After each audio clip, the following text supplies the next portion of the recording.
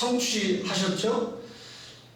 예수님께서 겟세마네 동산에서 기도할 때 아버지여 내 원대로 마시고 아버지의 원대로 하옵소서 했는데 결국 하나님의 뜻대로 예수님이 십자가에 죽으시고 사흘 만에 부활하셨습니다. 따라서 예수님께서 십자가에 죽으신 일은 성부 하나님의 뜻을 완벽하게 성취하신 일이 됩니다. 그 예수님께서 십자가에 죽으시고 땅속에 장사 지낸 바 되었습니다. 그러나 하나님께서 권능으로 3일 만에 부활을 시켰습니다. 성령님께서는 이 완성된 십자가의 사역과 부활의 사역이 성도들로 하여금 믿어지게 역사하시는 겁니다. 성부의 계획을 성자가 완성하고 그리고 완성된 구속을 성령님께서 구체적으로 믿어지도록 적용하시는 것이다 그 말입니다. 예수 믿지 않는 이 자연인은 일반적으로 하나님의 진노 아래 있는 사람입니다. 다시 말하면 마귀가 그 영혼을 붙잡고 있는 것이죠. 그런데 하나님께서 선택해 놓은 사람에게 성령님께서 찾아오십니다. 그리고 성령님께서 구원을 실시하셔서 그 죄인을 하나님 앞으로 불러주시는 겁니다. 이때 외적인 소명이 있고 내적인 소명이 있는데 길 가는 사람들에게도 교인들이 예수 믿으세요 그래야 천국 갑니다. 그 사람들이 다 예수 믿는 거 아니잖아요. 그러니까 그 사람들은 외적인 소명을 받은 겁니다. 그런데 정말 구원받으려면 내적인 소명을 받아야 돼요. 그 내적인 소명은 구원에 이르는 효과적인 부르심을 내적인 소명이라고 하는데 불택자는 외적인 소명에 머물지만 택자는 분명하게 그 주님의 부르심을 받을 때 어떤 경우든지 주님 앞에 오게 돼 있다 그 말이죠. 그래서 그동안 마귀가 영혼을 주도하고 있었는데 그 마귀가 추방을 당하고 그 자리에 성령님이 내주하시는 상태를 우리가 중생받았다, 성령 세례를 받았다 이렇게 말하잖아요. 그러면 이제 성령님께서 그 영혼을 살아나게 하셨습니다. 중생되게 했습니다. 그 동시에 일어나는 사건이 뭡니까? 소명과 중생 다음에 회개와 신앙이 일어나요. 영혼이 죽었을 때는 몰랐는데 영혼이 살아나니까 동시에 내가 예수 믿지 않는 것이 죄였구나. 예수 믿지 않고 행했던 모든 일이 죄의 역사였구나. 그리고 회개합니다. 지정의를 동원해서 하나님 앞에 회개합니다. 그때 회개와 동시에 하나님을 믿고 하나님을 향해서 방향을 정하는 것을 우리가 신앙이다 그렇게 말하죠. 그 시간에 하나님께서는 우리를 의롭다고 칭해 주십니다. 이걸 칭의라고 하는데 우리가 죄가 없기 때문에 의롭다 말해주는 것이 아니라 우리가 죄가 있지만 그 죄를 죄로 여기지 않겠다라고 하는 법정적인 선포가 칭의가 되는 것입니다. 사회적으로 봐도 죄가 있는 것처럼 우리가 보이는데 판사가 너는 죄가 없다 무죄다 하면 우리가 그걸 인정할 수밖에 없잖아요. 하나님께서 이 검사가 우리는 지옥 갈 사람이다 라고 율법이 기소를 했습니다. 그런데 예수님께서 맞습니다. 저 사람은 죄 때문에 지옥에 가야 되지만 그러나 내가 저 사람의 죄를 대신해서 십자가에 죽지 않았습니까? 라고 예수님이 변호합니다. 이 율법과 변호하시는 예수님, 그러니까 검사인 율법과 변호사인 예수님 사이에 모든 기소와 변호를 들으신 하나님께서 예수님의 십자가 죽음을 확인하고 그리고 무죄 선포를 해주신 것이 칭의가 된다. 의롭다함을 받은 동시에 우리가 이제는 누구의 자녀가 됩니까? 하나님의 자녀가 되는 것이죠. 하나님의 자녀가 되었다라고 하는 것은 엄청난 권세를 누리는 겁니다. 우리가 주일을 성수한다 혹은 11조 생활을 한다, 교회에 나와서 열심히 기도하고 전도한다, 이것이 굉장한 부담으로 여겨질지 모르지만 사실상 예수 믿는 하나님의 자녀의 특권입니다. 권세가 됩니다. 주의를 지키는 것이 권세가 되고 신앙생활을 자유롭게 할 수 있는 것이 권세가 된다 그 말이죠. 그리고 이 땅에서도 이렇게 하나님의 자녀의 권세를 누렸다가 천국에 가면 예수님을 왕으로 모시고 세세토록 왕노릇하는 권세를 누리지 않습니까? 그러니까 예수 믿고 구원받았다는 것은 엄청난 권세를 누리는 거죠. 우리가 이제 예수 믿고 구원받았습니다. 그러면 성령님께서 너 구원받았으니까 알아서 잘 살아라 이렇게 하지 않고, 어린아이가 어머니의 태 속에서 태어나면 그 아이가 성장할 때까지 어머니가 양육하지 않습니까? 마찬가지로 성령님께서 우리 속에 내주하셔서 구원시켰을 뿐만 아니라 계속해서 우리를 인도하시고 역사하셔서 성화 사명을 감당할 수 있도록 이끌어 주십니다. 결단코 버림을 받지 않도록 끝까지 붙들어 주십니다. 따라서 구원받는 데 있어서 우리의 공로나 우리의 노력은 결단코 배제가 됩니다. 오직 성령님의 역사를 통해서 예수님을 믿고 그리고 구원받게 되는 것입니다. 그러면 돌이켜보면 여러분과 저가 예수님이 믿어지고 하나님의 자녀가 되었다는 확신이 생겼을 때 결국 우리는 누구의 인치심을 받은 겁니까? 성령님의 인치심을 받았다는 것을 확인할 수 있습니다. 넘어지고 자빠지고 방언하고 입신해야 구원받는 것이 아니고, 하나님의 말씀이 믿어지고 예수님이 내 죄 때문에 십자가에 돌아가셨다는 사실이 믿어질 때 우리는 성령님의 인치심을 확인하게 되는 것입니다. 성령님은 우리가 예수 믿고 구원받도록 하는 사역을 감당하신다. 성령님이 하시는 사역 가운데 하나가 교회를 세우고 하나님의 말씀을 깨닫게 하시는 일입니다. 사도행전 2장 41절에 그 말을 믿는 사람들은 세례를 받음에 이날의 제자의 수가 3,000이나 더하더라 그랬습니다. 오순절 성령 강림절에 성령님이 임재하셨죠. 예수님께서 승천하신 후 10일 만입니다. 그리고 예수님께서 부활하신 지 50일째 되는 날에 오순절 성령 강림절에 성령님이 이 땅에 임재를 하셨습니다. 그리고 예루살렘 마가의 다락방에서 성령의 임재를 기다리면서 기도하던 무리에게 성령님이 임하셨죠. 성령님께서 이 땅에 오신 분명한 목적이 있습니다. 주님과 함께 하시기 위함입니다. 또 무리를 가르치고 예수님의 교훈이 생각나도록 하기 위함입니다. 뿐만 아니라 예수님을 증거하기 위해서 성령님이 오셨고, 죄와 의와 심판에 대해서 세상을 책망하고 그리고 진리 가운데로 인도하기 위해서 오셨습니다. 뿐만 아니라 사도행전 1장 8절을 참고해보면 땅끝까지 복음을 증거하게 하기 위해서 성령님께서 이 땅에 오셨습니다. 오순절에 성령님이 강림하셨습니다. 그때 이 성령님의 강림을 통해서 능력을 받은 이 제자들이 하나님의 큰 일을 증거했습니다. 그러니까 성령님이 이 땅에 오신 목적 중에 하나가 하나님의 큰 일을 증거하기 위해서 오신 일인데, 그렇다면 하나님의 큰 일이 무엇입니까? 예수님 보낸 겁니다. 십자가에 죽게 한 일입니다. 사흘 만에 부활하게 한 일입니다. 하나님 보좌 우편에서 제사장의 사명을 감당하셨다가 재림하게 하시는 일이 하나님의 큰 일이죠. 여러분, 천하 각국에서 예루살렘에 6월절에 모여들었습니다. 사도들이 설교할 때 각 나라에서 온 사람들이 자기 나라 방언으로 하나님의 큰 일을 듣게 하셨습니다. 예수님이 여러분 때문에 십자가에 죽으셨습니다. 예수님이 여러분 때문에 살리기 위해서 사흘 만에 부활하셨다라고 하는 말씀을 자기 나라 말로 듣게 하셨습니다. 이제 예수님의 십자가와 부활의 사건, 하나님의 큰 일을 듣고 구원받은 신자들을 통하여 예루살렘 교회가 세워지지 않았습니까? 성령님께서 방언을 주장을 하셨고 그 결과 예루살렘에 교회가 세워지도록 한 것입니다. 그래서 우리가 예루살렘 교회 하면 세계 선교의 센터가 되는 교회로 생각을 합니다. 오직 성령이 임하시면 예루살렘과 너희가 권능을 받고 예루살렘과 온 유대와 사마리아와 땅끝까지, 예루살렘이 복음의 출발지예요.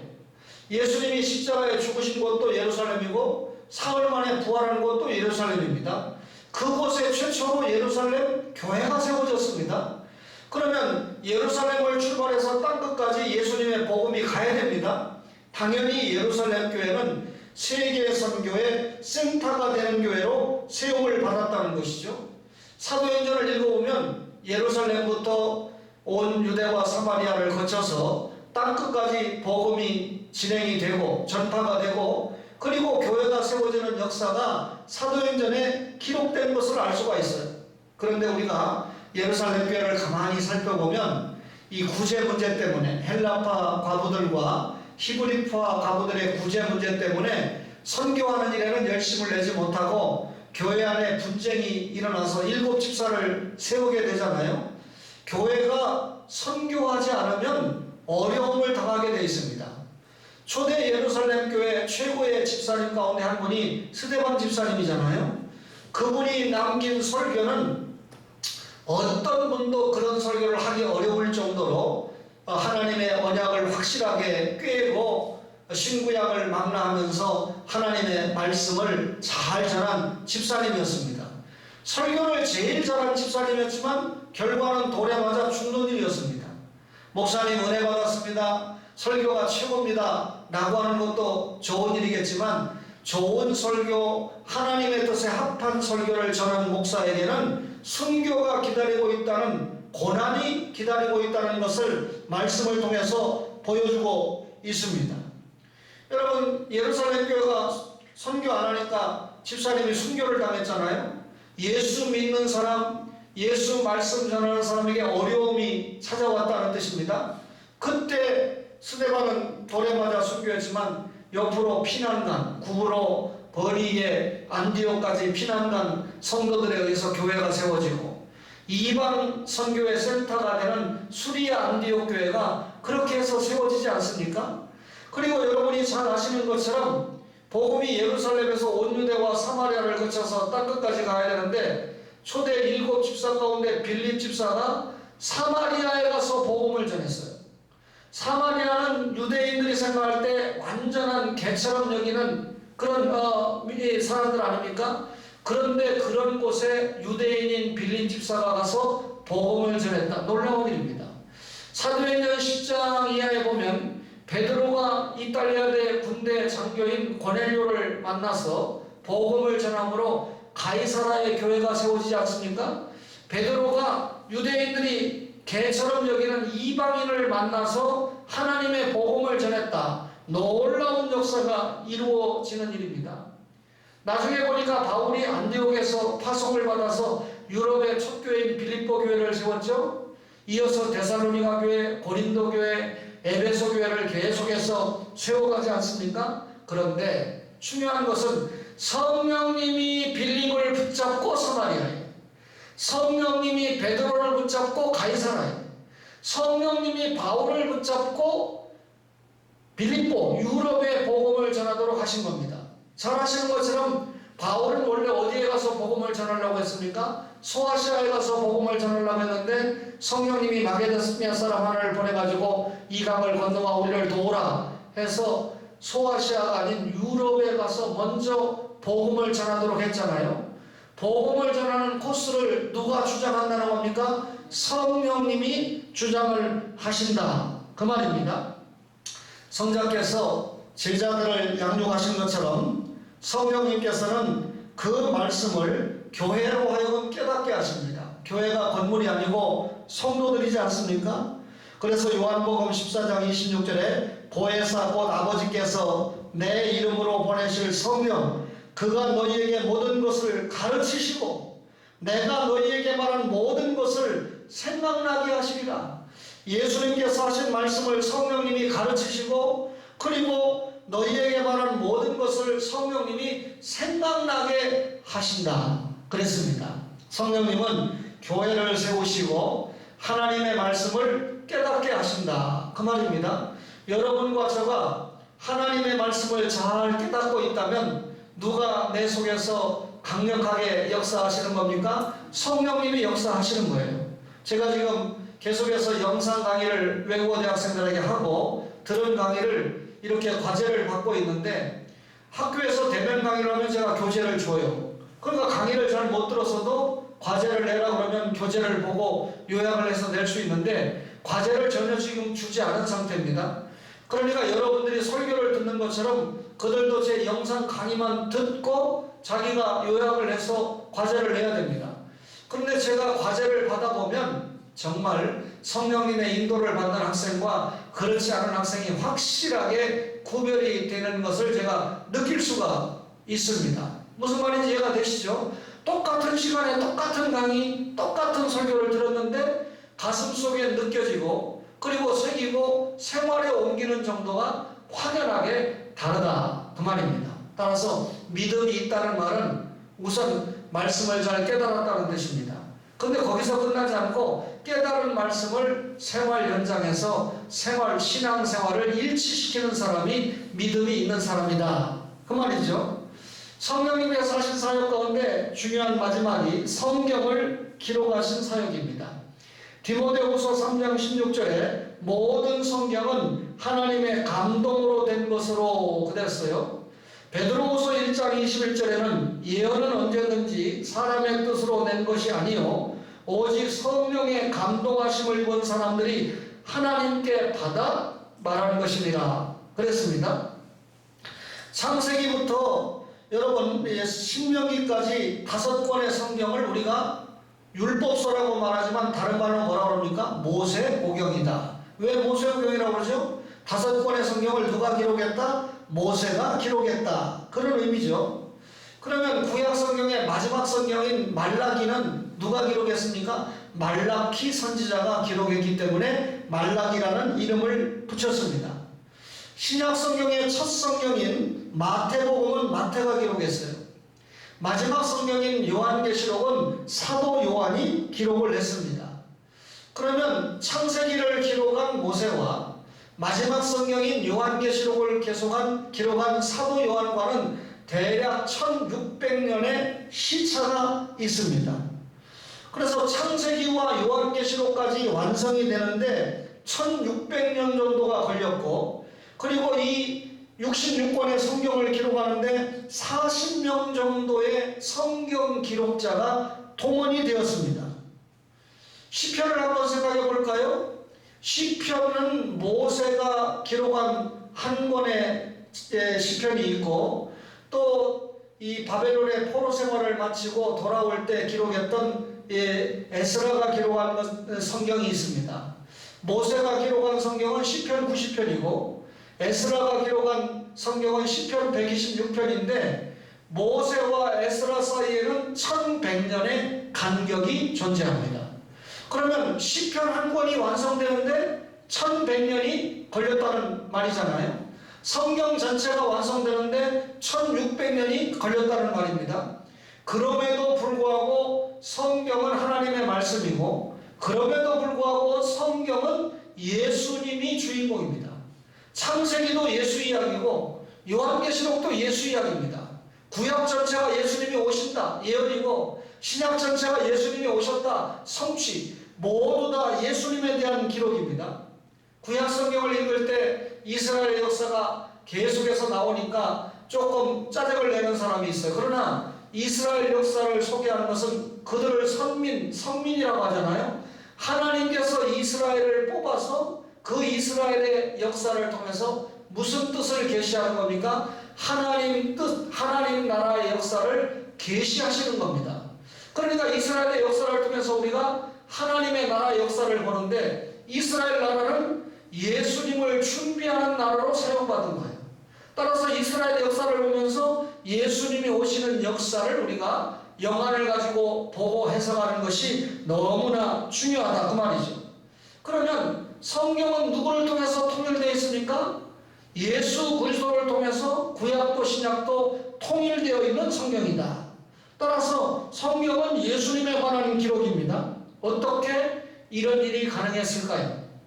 40명 이상이 기록으로 동원이 됐고 적어도 한 권 기록하는데 1100년 66권을 기록하는데 1600년이라는 시차가 있었고 그것도 한 사람이 기록한 것이 아니고 서로 다른 시대, 다른 배경, 다른 인격을 가진 다른 실력을 가진 40여 명의 기록자가 동원됐는데 어떻게 성경이 통일된 예수님에 대한 기록을 하고 있을까요? 성령님이 감동하셨기 때문에 그렇습니다.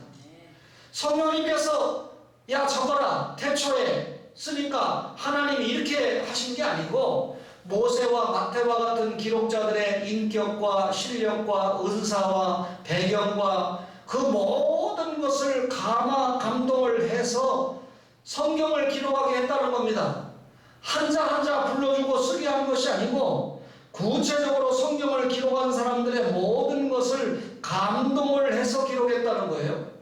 만약에 하나님께서 그 사람을 감동하지 않고 한자 한자 불러줘서 썼거나 아니면 그 사람의 재능과 그 사람이 쓰도록 그 의사에 맡겨서 썼다면 성경은 하나님의 말씀이 아니고 인간의 한 문학작품에 불과하다는 것이죠.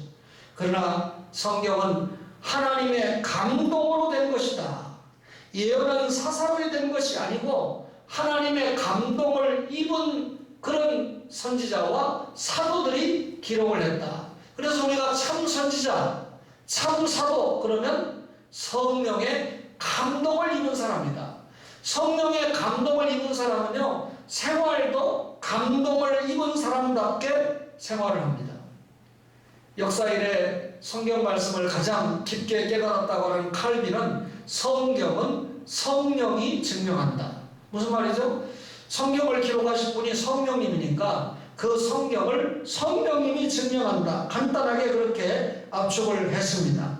성령께서는 자신이 영감시켜 기록한 성경 말씀을 통해서 지금도 성도들과 함께 하시는 겁니다. 성령님이 우리와 함께 하신다. 주님이 우리와 함께 하신다 할 때 여러분 성경 말씀과 함께 하는 겁니다. 따라서 성경 말씀을 우리가 읽을 때 성경 말씀을 들을 때 누가 역사하죠? 성령님이 함께 하시는 겁니다. 성경 말씀을 암송하고 성경 말씀을 전할 때도 성령님께서 함께 하시는 겁니다. 따라서 여러분 그 말씀에 순종하며 믿음으로 실천하는 생활 현장에 성령님이 함께 하시는 겁니다. 오늘은 어버이 주일인데 어버이에게 효도해야 된다는 것은 하나님이 우리에게 주신 특별 퍼스트 계명입니다. 내 부모를 공경하라. 이것은 약속 있는 첫 계명이니 그랬잖아요. 따라서 우리 서현이를 위시하는 SMC 운동원들에게는 부모님에게 순종하는 것이 효도입니다. 그리고 서현이 엄마 아빠가 되시는 집사님 네 분은 부모님께 공경하는 것이 효도가 됩니다. 순종과 공경의 차이는 뭘까요? 순종은 부모님이 시키는 대로 잘 따라 순종하는 것이 효도라는 거예요. 공부 열심히 해라. 반찬 가려 먹지 말고 교회 주일 되면 열심히 가서 신앙생활 해야 된다. 부모님이 시키는 대로 따라하는 것이 효도예요. 그러나 어른들의 효도는 늙은 아버지 어머니가 시키지 않거든요. 장성한 이 부모님들은 어머니 아버지가 무엇이 필요한가, 용돈이 필요한가, 병원을 모시고 하는 게 필요한가, 오늘은 맛있는 식사를 한번 대접하는 것이 필요한가, 알아서 어머니 아버지를 섬기는 것을 우리가 공경이라고 말합니다. 과거에 부모님에게 공경하지 않는 사람을 간댕이가 부었다 그러는데 근거가 있어요. 공경하다는 말이 히브리 말로 카베트라고 하는 말인데 공경하지 않으면 카베트. 카베트가 무슨 말이냐면 간처럼 귀중하게 여기다. 부모님을 간처럼 귀중하게 여기지 않으니까 간댕이가 XX다. 이렇게 얘기하는 거예요. 오늘 어린이 주일에 성령 사역을 공부했습니다. 성령의 인도를 받는 사람은 오늘 2부 예배에 제가 어린이 주일을 설교를 하겠습니다만 부모를 공경하고 효도하는, 그래서 이 순종하고 공경해서 효도하는 그런 사람이 어린이 주일에 주님 앞에 성령님의 인도를 풍성하게 받는 학생들이다, 또 어른들이다, 그렇게 생각합니다. 오늘도 주님의 은혜가 여러분에게 충만하시기를 기원드립니다. 주신 말씀 생각하시기